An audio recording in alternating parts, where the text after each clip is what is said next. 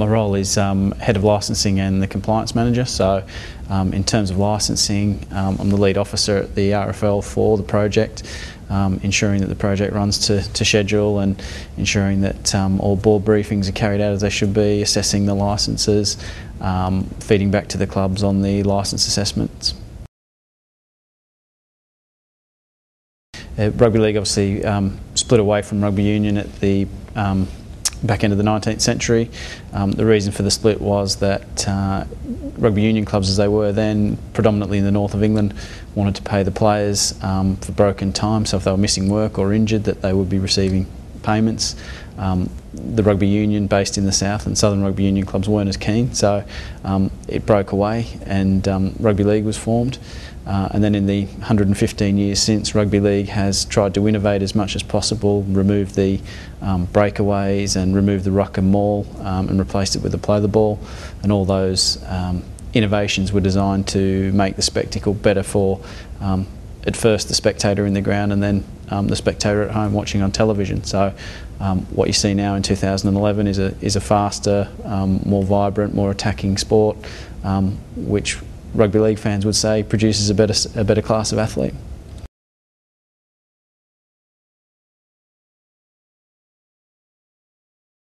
Throughout the 80s and 90s, rugby league in Australia grew exponentially, fantastic commercial revenues.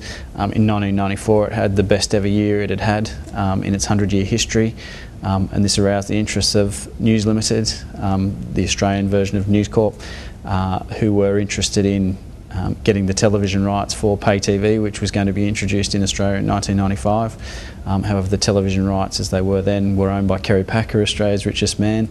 That didn't stop News Limited, and then there was a breakaway league, one owned by News Limited, and then the remaining clubs staying loyal to Kerry Packer's organisation. And one of the things that the News Limited backed league wanted to do was to deprive the other league of any international competition, and on that basis signed up the New Zealand Rugby League and also the Rugby Football League, and that produced Super League, if you like, in the UK.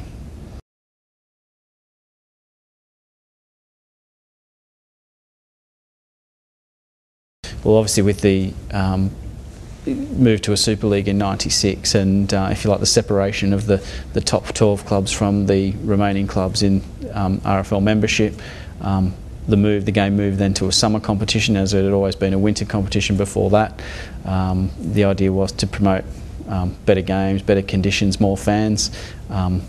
Throughout the back end of the 90s and the early part of the decade, Super League experiences fantastic growth in supporter numbers, and it becomes a vibrant competition.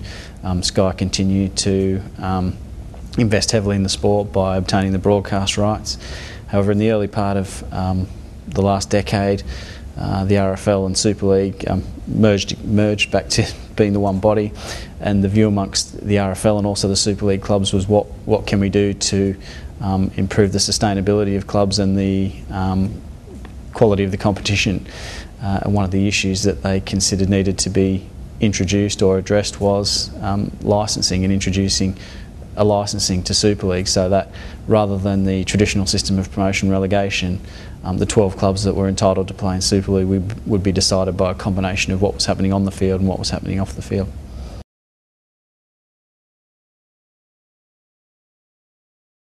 The key criteria that the clubs have to meet, well, there's 5 criteria. The first one is commercial, marketing, media and community. So what we like to see is what activity the clubs are doing across those 4 areas. Secondly, facilities. What sort of facility are they playing in? Obviously, when we assess the clubs, the better the facility the club's playing in, the higher it scores in that area. Finance, we look at the finances of the club, not so much how big the turnover is, but how sustainable the business is. Then governance and business management, we look to see what systems of governance the club has in place, and also how well it manages its business, including things like how its HR policies and its policies towards volunteers. And finally, performance on the pitch and player production. So how are they performing on the pitch in the competition, and also what resource are they devoting to producing the next generation of young Super League players. I think it's been successful. it's only through, this is his 4th year of a licensed league, so I think there'd be people or supporters who would have thought it was the magic bullet and that it was going to solve all the problems that the game faces, but it hasn't. But at the same time, it's delivered some fantastic things. There's 2 clubs who are going into new stadiums next year who will tell you that had it not been for a licensed league, they wouldn't have had that. And we're producing more young British and French athletes than we ever have before, which again, clubs will say that licensing and the stability that gives them allows them to invest in junior players.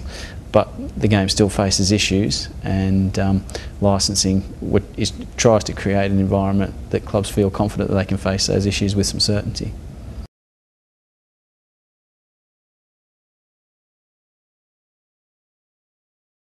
I think the first big lesson is that whoever's administering it has to be independent. The RFL, with 3 independent directors and a chief executive and chairman, they're able to make those decisions on who should be awarded a licence because they're independent. I think if the clubs are assessing it, it's too riven to conflicts of interest and vested interests. One of the reasons why the Super League articles are written as they are is because in 2005 we had a situation where all the other clubs were deciding upon the fate of one club, and that's 11 clubs in a room with deciding on the fate of one, all with vested interests, all with conflicts. So if there's one, the first lesson would be that whoever does it has got to be independent, and whether that's the FA independently of the Premier League and the Football League, or whether it's an independent body. Secondly, I think the other big issue is transparency to the supporters, and I think it's one area that we've worked hard at but perhaps not got perfectly right, and that is that you've got to be honest with the supporters about what the criteria is, what it's intending to do, and what the likely results are going to be. Well, it's hard work, I think, is probably the first thing.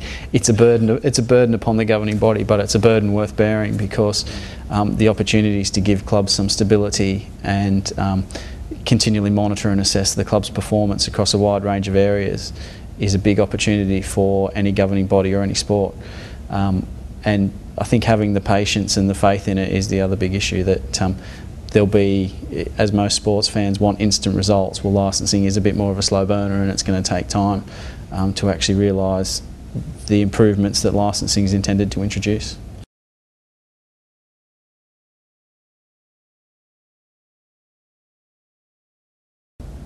Working at the FA probably gave me the sort of the grounding I needed within sports administration, sort of thrown in the deep end in some respects, and the value of sort of what you're doing at a governing body and all the stakeholders involved within any sport. So it was really like just a great learning process.